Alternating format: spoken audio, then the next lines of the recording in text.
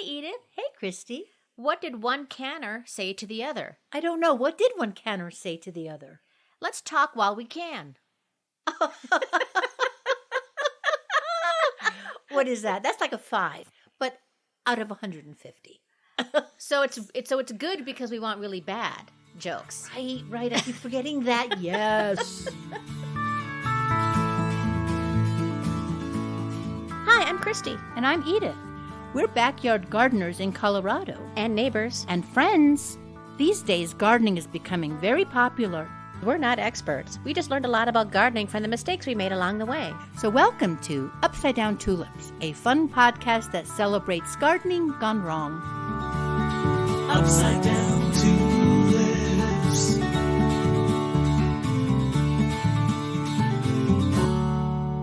Hello, everybody. Hi, everybody out there. And hi, Christy, across the room. Hello, Edith. How are you? You know, Edith, I want to wish you happy October. Oh, I love October. Did you know, Edith, that October is National German American Heritage Month? Is that why they have Oktoberfest? That's probably why. I bet you that's why. So happy German American Heritage Month. Thank you very much. Let's grab a beer and put on some lederhosen and make some sauerkraut. Okay, we'll do that, really. Okay, good thinking. All right. How are you now that the weather's turned suddenly so cold? It's nice, isn't it? I Beautiful. put a Oh my sweater gosh. on. We turned the heat on today. We finally got rain this week. Yeah, For it the was first great. How long has it been? Wonderful. Oh, it's been so long. The garden is like so happy. I think about the garden last year, Edith, and this time it was essentially done because we had that snow in September, and now we're getting a long fall. Oh, and I have so much stuff coming in. Yeah, it's totally a different story for sure. And it looks like there's really no end in sight because the lows for the next 10 or so days Yeah.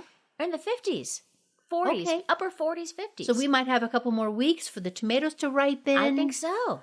Guess what I found? Well, I will tell you that later. So guess what happened to me this week? You won the lottery. I wish. No, but close. I got a return email from Beyond Peat. Oh my gosh, I'm falling off my chair. It's been, what, a month? Yeah. Oh, you want me to read it to you? Yeah. Okay, so here it is. This, ladies and gentlemen, this is Beyond Peat doesn't use peat in their bagged, what do you call it? Their bagged garden product that is some kind of soil amendment. They said that it was made out of garden residuals, and I really wanted to know what does that mean? Because I'm growing stuff in it. So 3 weeks to a month later, I get a response from Travis at customer service at beyondpeat.com. And he says, "Good evening. Our soil blend is an organic proprietary mixture. Thank you for reaching out." That's Beyond Peat customer service team.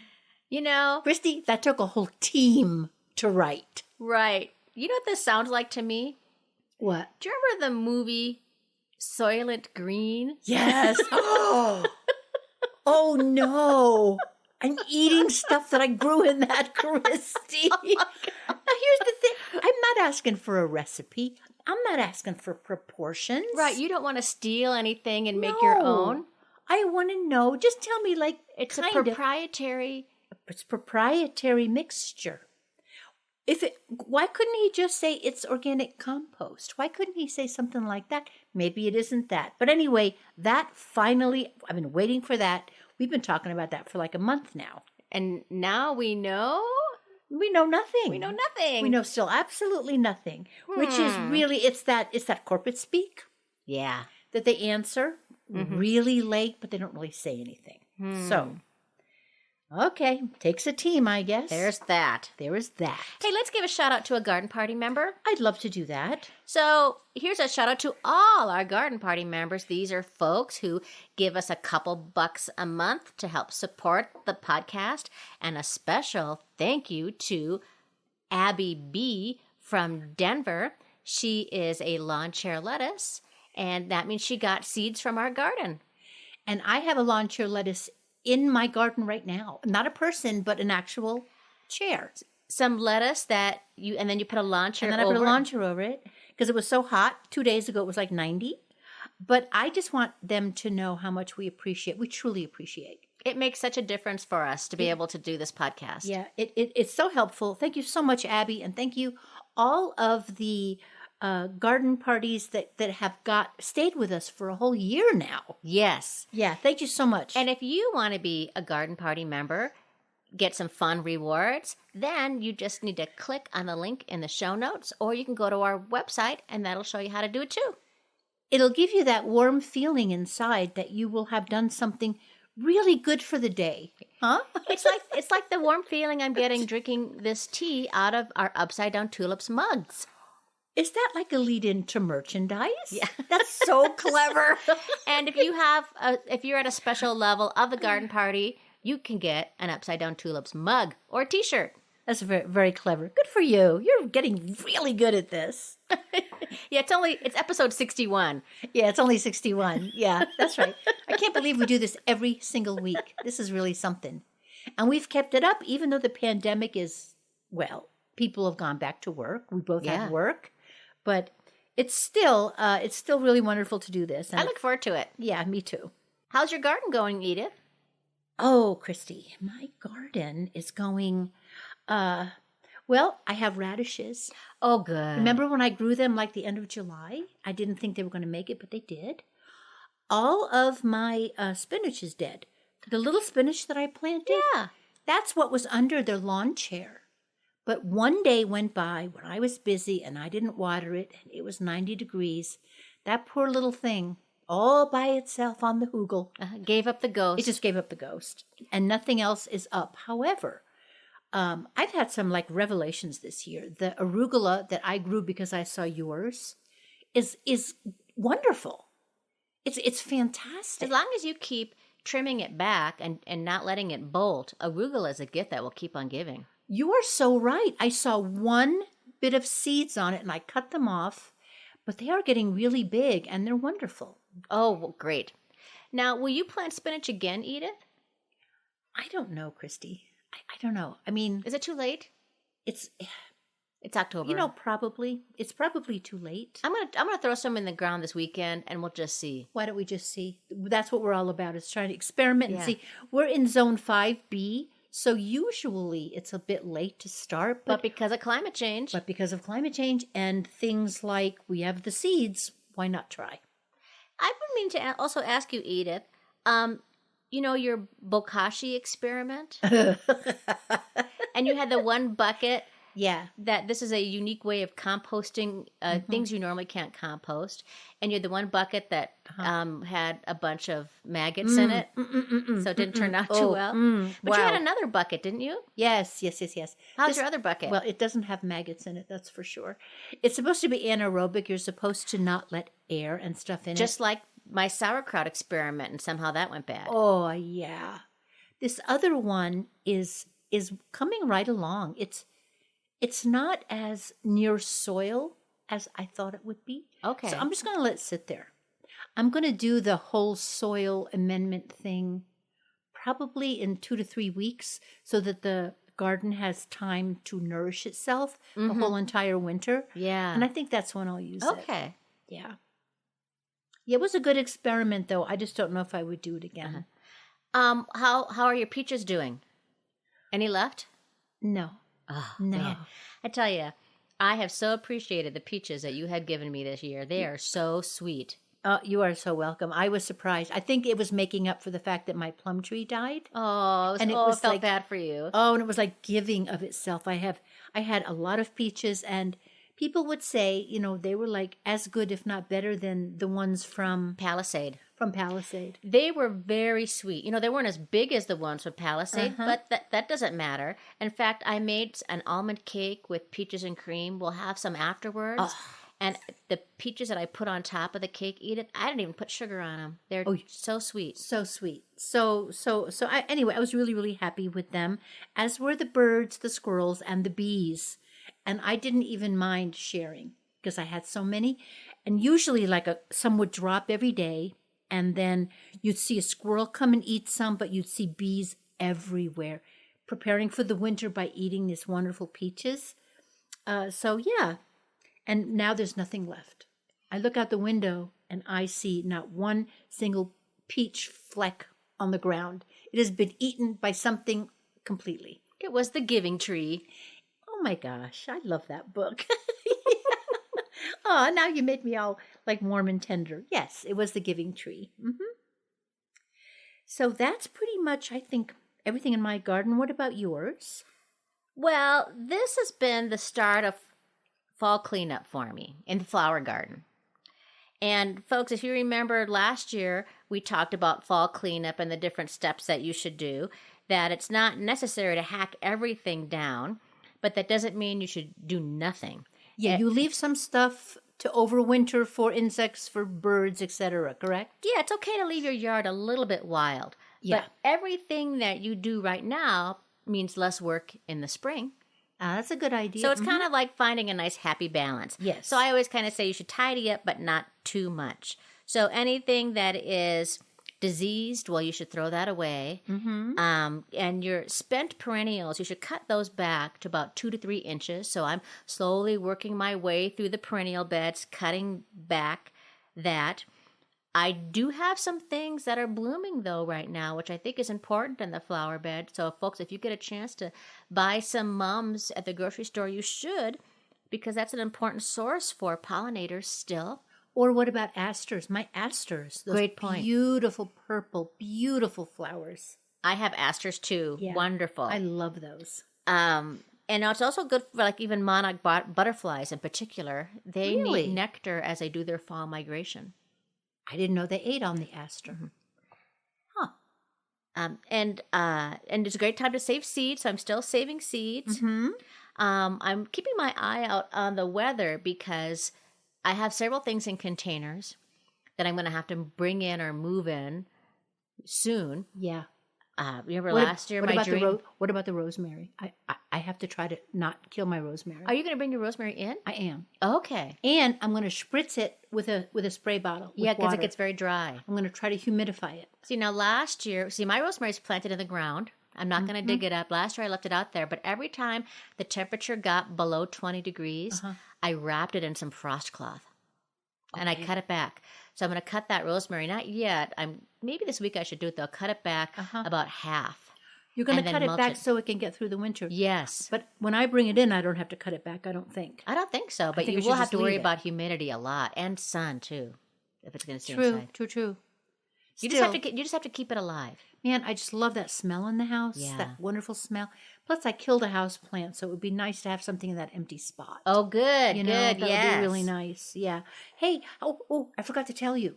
So, you know, in the squash family, like cucumbers and all those different squashes, when they first come up, you can never tell what they are. Yes. So sometimes I just let them go. So I had a volunteer cantaloupe that, oh my gosh, if that was not ripe today, this little tiny plant gave me volunteer. one little Gave you tiny. one. Nice. Gave me, you know what? That's just a gift. Well, speaking of volunteer squash, so in my compost pile this year, I had a volunteer pumpkin plant, and there were 4 pumpkins on it. 2 fell to the squirrels, and 2 I saved, and I harvested the second one today. I wanted to show it to you because it looks kind of goofy. Uh-oh. Oh, it's a good size. Christy, it's nice. Then she turns it around. Oh. So what happened to this is that it looks like somebody squished it or that it's pinched a lot, and that's because it was growing around a fence. That's what. And so I had to pull it out of this little fence. That's why it looks kind of gnarled and weird looking. And you can see right here, Edith, you know what that is? Squirrel. One squirrel bite. And my handsome and handy husband told me last week, you should bring that pumpkin in. I said, oh, I'll give it another week. And he goes, okay. And then he came in one day and he says, I have some drama to tell you. Oh, drama. A squirrel has bit your pumpkin out there. And I was Well, so mad. It doesn't look like it's rotting. It looks like it's actually a small enough bite and a big enough pumpkin that it'll be fine. Yeah, I think so. I think it's sort of like, in like The Walking Dead or in zombie movies. If you just get one little bite, you can cut that cut your hand off or something like that. Ah, yeah. So I think it's gonna be okay. But I think it might make an interesting jack-o'-lantern, First Soylent Green, now we're chopping off hands. You're in a mood. You're just in I'll a put mood. a picture of this on our Facebook page, and people can take a look at this funny-looking pumpkin. But I think I'll have to see what kind of jack-o'-lantern he wants to be, huh? Are you going to harvest the seeds? I Oh, love pumpkins. yeah. Pumpkin seeds are Yeah. so wonderful. Well, folks, if there are any words or terms you're not familiar with, you should go to our website and check out the Upside Down Dictionary at upsidedowntulips.com. Or you can click on the link in our show notes. And also, why don't you check out the fun stuff we have on Facebook, Instagram, Pinterest, and YouTube. And now here's one of our brand new pod plays handcrafted just for you.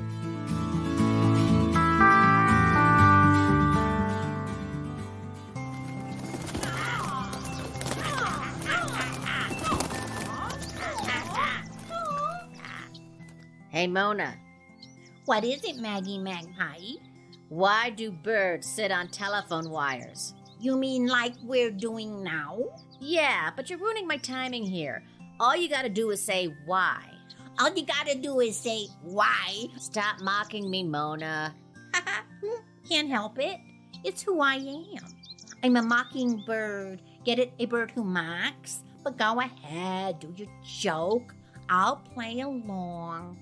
It's not even gonna be funny now. Give it a try. You never know. All right. Why do birds sit on telephone wires? Why do birds sit on telephone wires? Stop it, Mona. Sorry. I don't know. Why do birds sit on telephone wires? Because if they lie down, they'd fall off.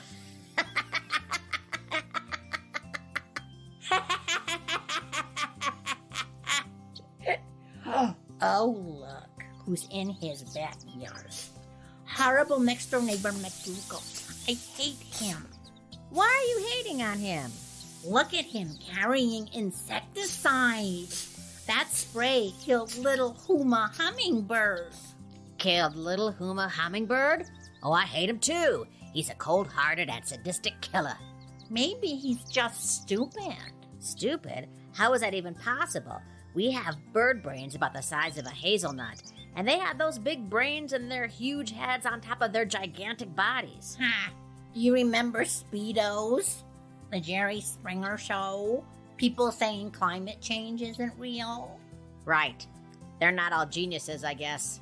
They're just smart enough to do a lot of damage. Look, there's good neighbor Mindy. She's filling up the bird feeder. Thank you, Mindy. She's the best. Thank you, Mindy. Hey, let's go poop on McDougal's car. But he loves that car more than anything. Exactly. Right. This has been a public service announcement brought to you by the Audubon Society in the Sky. This has been a public service Stop announcement it, brought Mona. to you I by already the said Audubon that. Society Come in on. the Sky. You're cutting into car pooping time. Oh.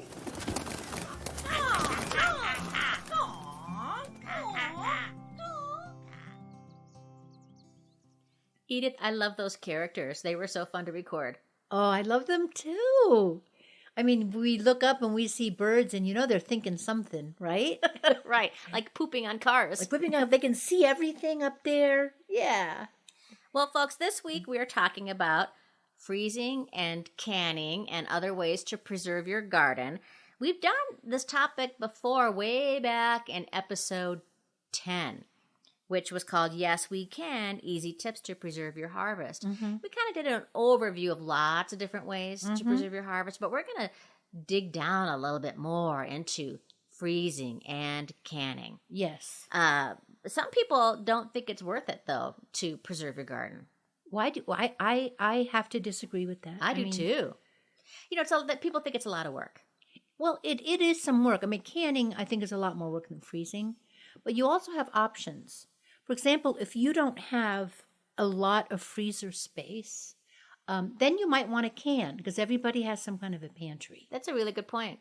Or, like today, what I did, I go outside and all of my herbs are happy and thriving. The tomatoes are rushing to ripen. So I thought to myself, rather than just freeze more tomatoes, why don't I make a cream of tomato soup with all this fresh stuff and freeze that. Sure. It takes up so much less room than just freezing the tomatoes. And my friend Charlie got me a Instant Pot. It took 8 minutes. Oh, nice. It took 8 minutes to cook that. It's unbelievable. And it's Great. the best tomato soup I've ever tasted. Well, when you preserve your garden, you will save money. You will save money. Of There's course you some will. initial investment in some of the ways to Uh-huh. do it, but over the long haul, you can save money on your grocery bill. You know, Christy, they always sell these freezer bags and stuff. And to be honest, I'm really tired of buying more plastic because every time you go to the store, everything is in a plastic bag. So I always wash all of them out. Yeah, I wash mine out too. And I think that using 2 bags is as good as a freezer bag from Ziploc or something. If it works for you, eat it. It does work. It works Yeah. just fine. Also, when you preserve and you freeze or can your own food, you get more nutrients. Yep, you do.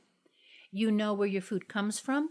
And if you recycle all the plastic like I do, that is one less thing that you have to buy at the grocery store. Good point. Become independent of that grocery store that decides what you're eating and where it's coming from and all the awful carbon effects that it has.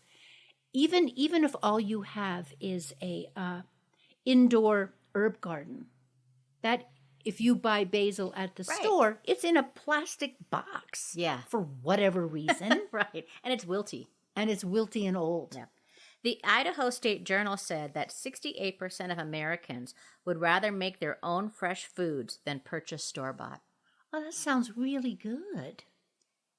There's another reason why preserving your food is so positive, and it's kind of hard to describe, but there's a satisfaction of your own food, whether this is organic food that you get at the farmer's market or food that you grow yourself. But there is this satisfaction of harvesting it, preserving it, using it to feed your family, or giving it away as a gift. I Yeah. can't really describe it, but it is so rewarding. It's something It's worth that, all the time. You know, it has to go back, I don't know how many years, but I think it's rooted in us to take care of our food source, to not, I think that going to the grocery store for absolutely everything is not exactly the way it was that we were evolved, in other words, to go in this gigantic place. I think that when you make a connection with your food by growing or freezing or whatever, it really, what am I trying to say, Christy? There's a sense of pride that I feel about it too. There's pride. Accomplishment, Yes. independence, freedom from. Do it yourself. Well, let's dig into freezing, Edith. All right. There's the really easy way, which is usually the way that I do it. If you have time, you do it the good way. The good way is to blanch. Blanch means you put the tomatoes or peppers or whatever you're freezing, you put it into boiling water for, depending on what it is, anywhere, Christy, from 30 seconds. Peaches take like 6 seconds. Tomatoes might take 30, depending on the size. And then you take them out of there and you put them in an ice bath. You've prepared a big bowl with ice water in it. You do that to remove the skin. And the enzymes that happen that can cause decay Yes. and vitamin loss. Thank And there's something you. also about blanching that brightens the color up too. Yes, because if you don't blanch, it kind of could tend to go brown sometimes. So Yeah, most vegetables and herbs and fruits that you want to freeze benefit from blanching. yeah, and once you blanch, don't throw the blanched water down the sink. Save it, let it cool, and give it back to your garden because it's like soup water almost. So that's the good way to do it. That's not the only way to do it. If you don't have time, I have some years I've taken a tomato, cut it into 4, throw it in a bag, and throw it in the freezer, just like that. I've done that. Better than nothing, right? Yes. Just make sure you wash everything really well. I've not done that, but sure. I figure, if it freezes, it dies if it's a bad thing, but I could be wrong. Are there some things that you don't freeze, Edith? That's a really good question. I don't freeze like cantaloupe and stuff like that. I don't freeze that. I don't know if you can, but other than that, I freeze onions. I freeze garlic. Name a vegetable. I freeze so many things that I can go into my freezer in the wintertime and take out all the ingredients for soup. That's a good point. They may not be as pretty, Mm-hmm. like cucumbers, onions, potatoes, things that are of the lettuce family will Mm-hmm. be a little bit more goopy, but that doesn't mean they won't be great in soup. Well, that is true too. That's how I use kale, and that's how I use Swiss chard. I do not freeze cucumbers because I think they have way too much water, but I do grate zucchini just for the baking. Yes, I've done that. Yeah, and also I slice it, and then I can put it. You can make it in with rice, and it's delicious. And it doesn't matter if it's a little goopy; it doesn't matter. And you don't need a lot of equipment at all. That's one of the other things that I really like about it. So I have a waist-high freezer, which my daughter got one for free. Somebody on Craigslist didn't want it anymore. Brand new. I mean, you can find sometimes you can find real bargains with things like that. And do you have that that's not in your house though, is it? Is it out in your garage? I actually have two. One is in my house and one is Oh. outside. Oh, wow. Because you know what I'm doing also? I'm using my freezer to make baby food. Now that the vegetables and the fruit is fresh, I've made peach banana, peach applesauce, peach carrot. Why are you making so much baby food, Well, Edith? this is my granddaughter. Yay! You know, and That's she so should be cool. ready to eat solid food. I don't know, January, February, but whenever she's Mm-hmm. ready, I'm going to have a whole collection of stuff to give her. That's so wonderful. Yeah, and that's the magic of freezing, really, that you can prepare ahead of time. You don't have to wait. When I knew they were having a baby, I made 14 different kinds of soup, and I froze them. Because you know how exhausting it is when someone just has a baby. They're so tired. So anyway, yeah, that's What a good grandma you are. well, thank you. But this is the advantages of freezing. Do you ever freeze things on a tray first before you? Yes. Somebody told me I do that. I did that once with eggplant, but I forgot to put parchment paper down. No, I did put it on parchment paper, and it froze to the parchment paper, solid froze. So I did that wrong. I made peach popsicles. I made them not popsicles. They're in ice cube trays because my neighbor Stephanie said, if you make them in these ice cube trays and then put them in a bag, one ice cube is how much they start eating. So the mother can just take it out, let it defrost, and there she has her first baby food. Oh, that's great. Isn't that a good idea? It's also important, folks, that you cool food before you freeze it. Yes. Because you'll make sure you retain the natural flavors and the colors, and you'll actually speed the freezing process if you let it cool down. Yes. I have also used ice cube trays to do herbs before. That's a great idea, So you Christy. can chop up herbs in a food processor, add a little bit of olive oil, and put it in ice cube trays. Basil's a great one for this. And so then when you do soups in the winter, you just throw the cubes in the Oh, soups. that's such a good idea.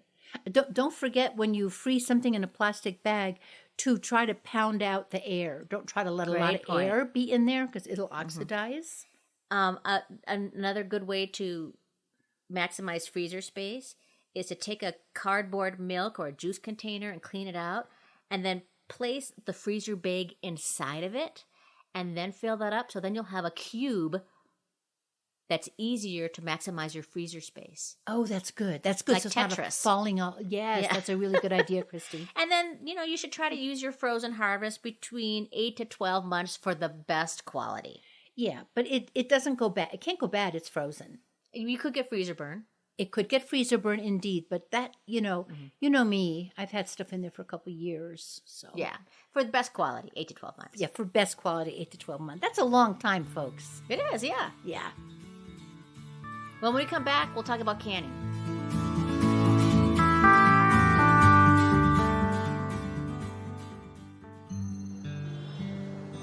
The garden is known as a place of beauty, serenity, and contemplation. It gets you away from the stress of everyday life I'll just sit under this peach tree. and lets your mind relax and go somewhere far away from the clang and clatter of modern life. Grounded in a long tradition, the garden is also a holistic art form for discovery and innovation. Now at peace with your surroundings. Those squirrels are eating my tomatoes! Get out, go, scram, and don't come back. Now, where was I? Let the sounds and smells of nature take you to enchantment. No! It's my awful neighbor McDougal. Damn him and his leaf blower. Oh, look, a butterfly and a dragonfly. He blew them into my yard, and now I have birds drinking in the fountain. Ah. Ow! What was that? A peach! My first peach of the season! Oh, that is so good. Yes, there are pitfalls in the garden, as in life. But if there's a peach at the end of it, doesn't it even out? Grow something. It is so worthwhile. All I want to do is sit under a tree and eat a peach. You know, Christy, last year when I didn't have any peaches, you gave me a jar of canned peaches. Yes. I don't know if you remember this. Yeah. And I sat under my peach tree and I ate those canned peaches. And I was so happy. That's what gave me the idea to put you under the tree. Oh, nice. Nice. That's why I wrote it like that. Yeah. Well, let's talk about canning. Okay. You know, people will can because it is a way to have a longer shelf life Yes. than freezing. And you don't have to worry about a power outage. Oh, that's such a good point. Oh my gosh, that is such a good point. I have lost freezerfuls twice in my life, an entire freezer full of Isn't that stuff. so sad? It is so sad. I've had that happen to me before, too. And I just think of like, oh, the tomatoes, you know? The first time it happened to me, I actually wrote to the electric company and made them pay me. Oh, I did. nice. I mean, come on. That was a lot of work. Yeah. So, yeah. Canning also saves room in your freezer. Yes. And though, you know, freezing is preferred because of the amount of time and the steps involved in it, canning it's become very popular these days. Christy, can I mention how beautiful canned food looks? Yeah. You know, you go to the store, it's in a tin can, you don't see anything. But when you home can and you see those shining rows of red and green. And it's in glass jars. In a glass. Oh, because it's so the term pretty. canning doesn't come from like putting it in a metal can. It's short for the word canister. I did not know that. I'm going to go canister me some stuff. I never knew that. Well, canning has become very popular these days. And I think it's because canning, learning how to can has skipped a generation. Whenever people talk about canning, it's like, oh, my grandmother used to do that. But nobody ever talks about their mother doing it. My grandmother canned, my mother did not. And it's making a huge comeback, especially since the pandemic hit. I like it that you can control the amount of sugar and salt when you can. That is the best of all, especially like when you can jam and jelly and stuff. You don't have to put the amount of sugar in that they do at the store. No, not at all. And it's you can put in your good sugar. Yeah. Not not that syrup. high fructose. Yeah. And also, Edith, have you ever heard about BPA?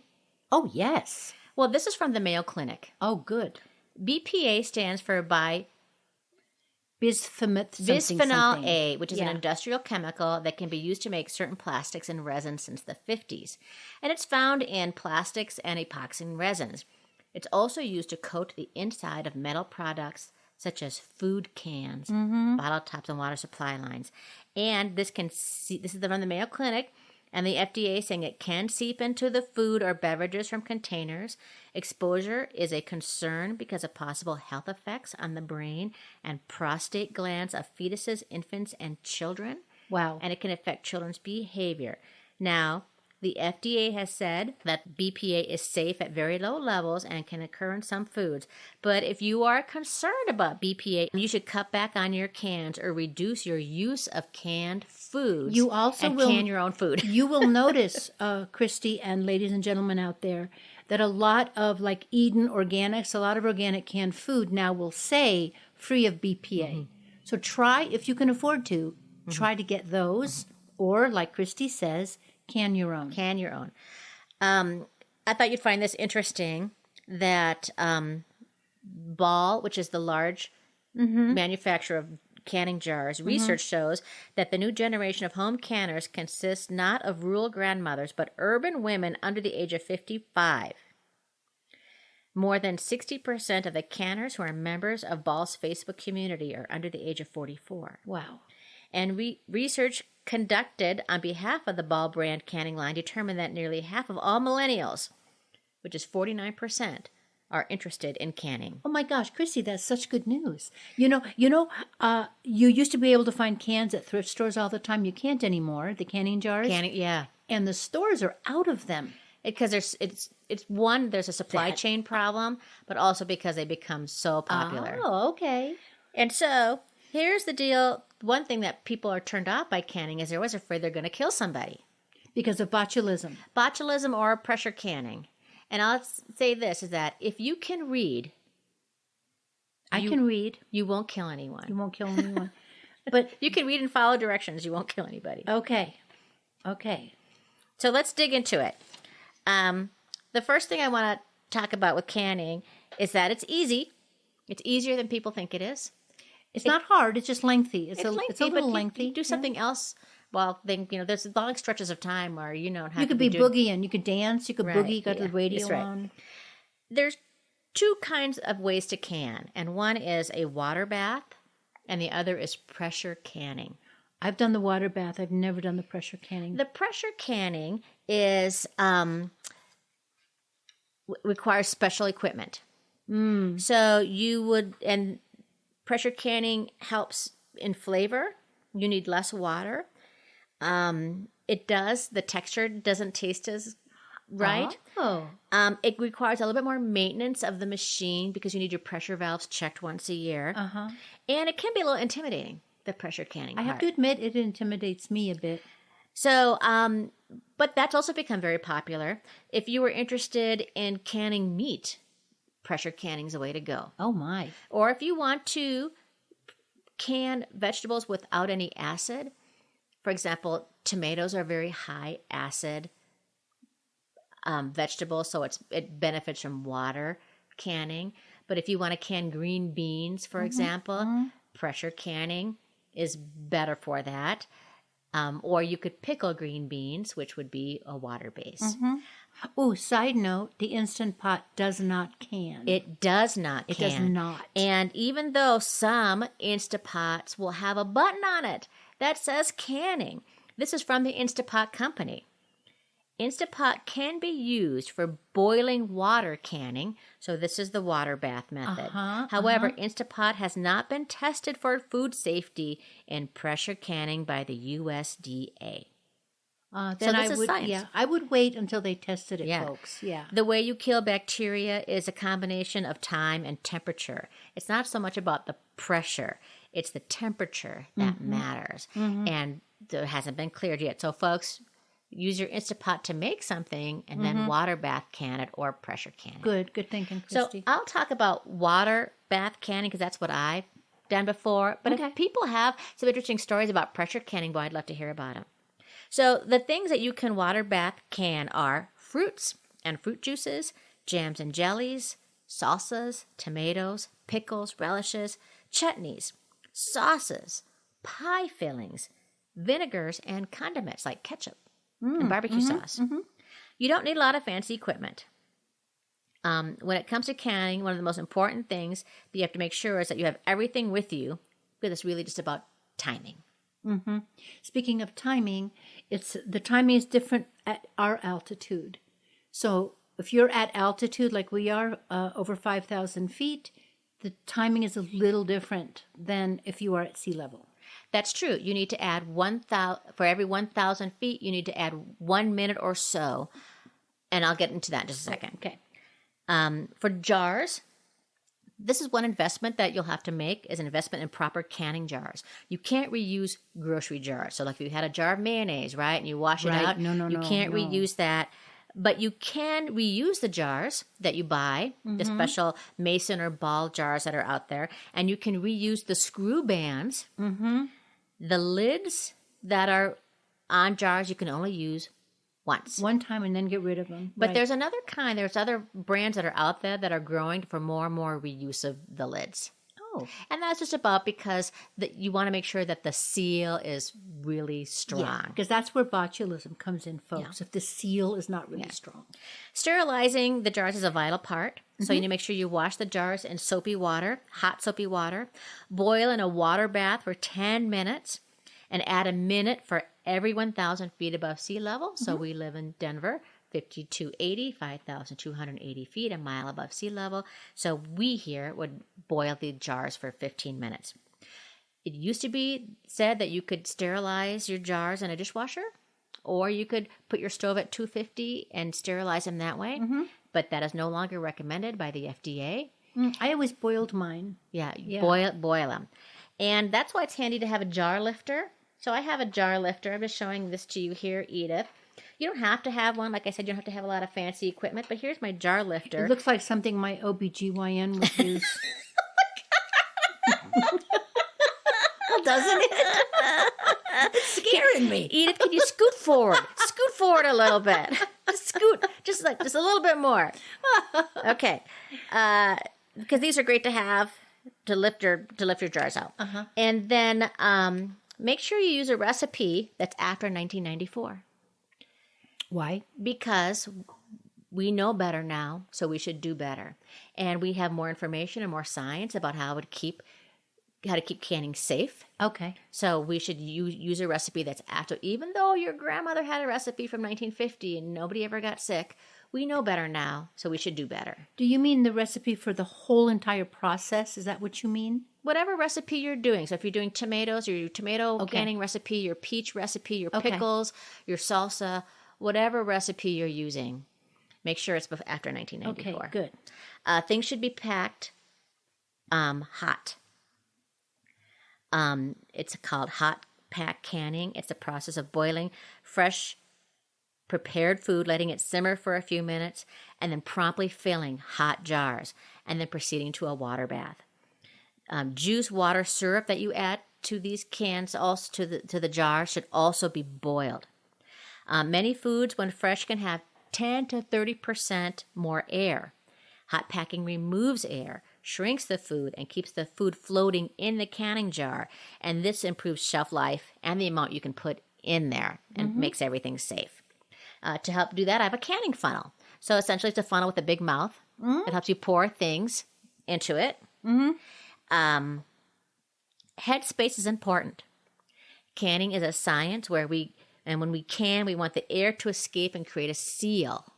So you have to make sure you leave a head space. So you don't want to fill it all the way up. Because then it could explode. Yes. And you may also need to add, most likely, citric acid or lemon juice. This is bottled lemon juice, not fresh lemon juice, by the way, to lower the pH. Or sometimes in some recipes, they'll call for apple cider vinegar. A key thing to remember before sealing jars is to wipe the rims with a paper towel or a clean cloth. And then close just finger tight, not more. If you do it too tight, they could also explode. It could explode. See, if you can read, you won't kill anybody. Now, I use a big canner. I have a water canner for the water bath. You can also use a large pot. What's nice about the canner is that it has a rack. But if you just have a large pot that can cover the jars, a couple of inches of water, that's totally fine.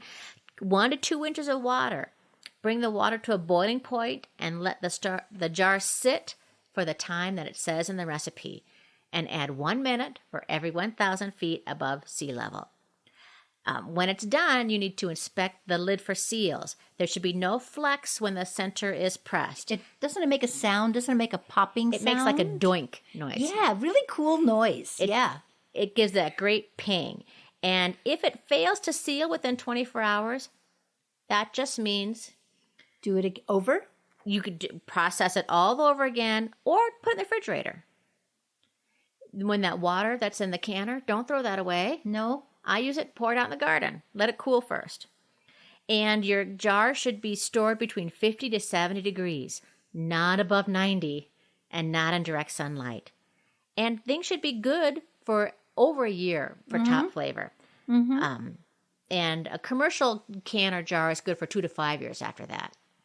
You know, Christy, there's so much to preserving food. We're going to have to revisit this topic, not canning and freezing, but the other things you can do. We'll have to revisit this topic. I think so. I'm in total agreement. Oh my God, Edith. What is it? It's mailbag time. Yes, ring, ring. This letter comes from Uta from Washington, D.C. Uh-huh. Hey, ladies. I just finished listening to your raw episode. A tip I'd like to share. I freeze pesto all the time. The way to keep the basil happy and light is to blanch the basil in boiling water for 10 seconds, then immediately put the blanched basil into ice water for 30 seconds or so. I dry the basil in my salad spinner before I use it to make pesto. That's great. And very apropos for this episode. Isn't that great? That's Because great. we were lamenting about how when we freeze pesto, it turns brown. Yeah. And I'm tired of brown pesto, Edith. Yeah, that's a whole other thing. I have all this basil that I'm going to have to come. It's going to have to come in soon because basil hates the cold. Don't forget, you can stick it in a glass of water and keep it growing and fresh for a while and even repot it. That's true.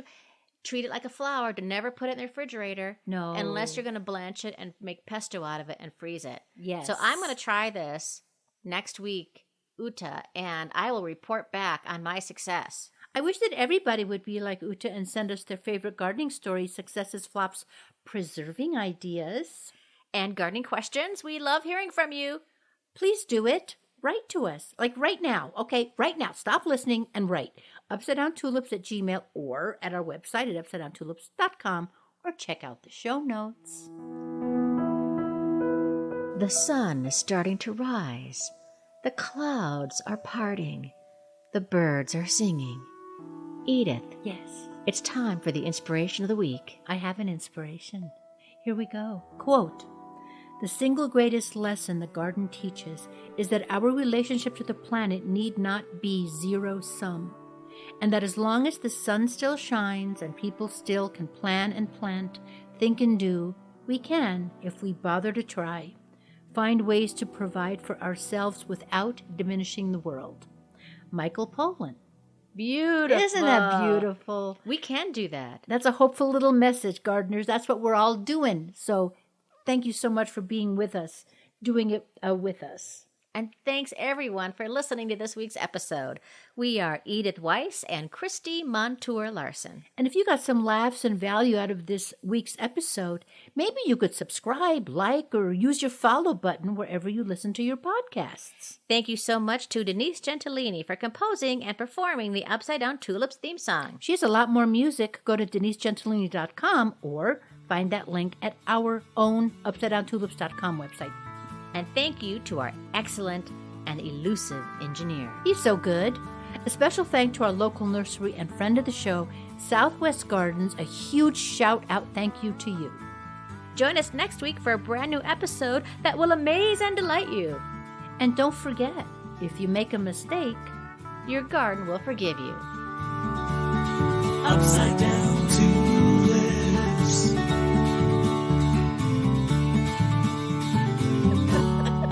Scooch, Edith. Scooch a little I'm getting closer. flashbacks. Scooch a little more. No. Scooch it. Put that instrument away. That doesn't look good.